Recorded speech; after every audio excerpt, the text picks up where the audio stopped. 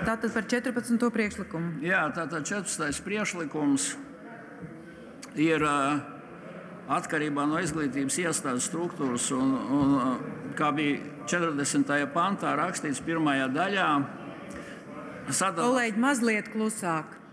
vidusskolās un valsts ģimnāzijās. Ja mēs piekristu, un arī piestais nākošais, es par viņu vairāk nerunāšu, ja, ka mums ir ģimnāzijas, kuras dalās humanitārais un dabazzinātņu, un ir arotskolas, tas ļautu bērniem pēc 8. klases, kas agri vai vēl notiks, tagad paliek 9. klase, ja, izvēlēties pēc spējām. Ir bērni, kuri nevar iemācīties latiņu valodu, ir bērni, kuri nevar iemācīties matemātiku, tātad viņiem nav vairs jāiet uz vidusskolu, bet viņi var iet izvēlēties kādu no arotskolām, no profesionāla tehniskām skolām, no kaut kādām profesionālām koledžām. Viņiem ir dažādas spējas. Vieni var būt netik veiksmīgi strādājot, teiksim, ar kaut kādām matemātiskām formulām, citi varbūt ar rokām var strādāt ļoti labi. Viņi var būt labi galvnieki, mēbeļi, viņi var būt mākslinieki. Un līdz ar to šeit ir jāieliek, ja, kad ir divi veidi šīs sistēmas. Viena iet uz ģimnāzijām, otra iet uz profesionālo tehnisko izglītību.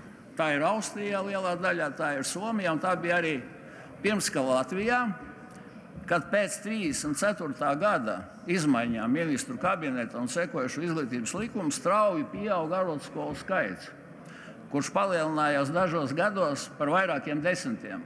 Tā ir ļoti pareiza pieeja, aicinu atbalstīt. Paldies! Cienījamā priekšsēdētāja, godējamie deputāti, tātad šis arī turpina jau to, ko es teicu. Ir jābūt diva veida ģimnāzijām.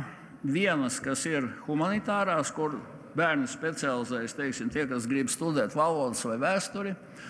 Un es varu pateikt arī vienu bēdīgu piemēru, piemēram, daudzas augstskolas, kurās ir specializācija, piemēram, Hanzas vēsturē, viņas neuzņem audzēkņus no Latvijas vispārējām vidusskolām, kuras nevar izturēt šos iestāju eksāmenus vai kaut kādas prasības, jo šie bērni neprot latīņu valodu, vai, ja viņi grib studēt vēsturi, tad viņiem ir jāprot, piemēram, Hanzas un Livonijas vēsturi, viņi ir senvācu valodā. Un tad viņi ir jāstudē, teiksim, Ziemeļvācijas pilsētu arhīvos, tur Brēmenē, Hamburgā, un šie cilvēki neprot attiecīgo valodu, tā nav parastā vācu valoda, un viņi vienkārši netiek šajās skolās. Un tāpēc būtu jādala, ja, tad tie, kam ir spējas matemātikā, fizikā, dabas zinībās, tie iet vienās ģimnāzijās, un tie bērni, kuriem ir, teiksim, spējas varbūt uz kaut kādām valodām, filozofiju, un pārējām tie iet humanitārajās. Līdz ar to būtu jādala arī nākotnē, jādomā par šo, kā sadalīt ģimnāzijas divos veidos. Paldies, aicinu atbalstīt.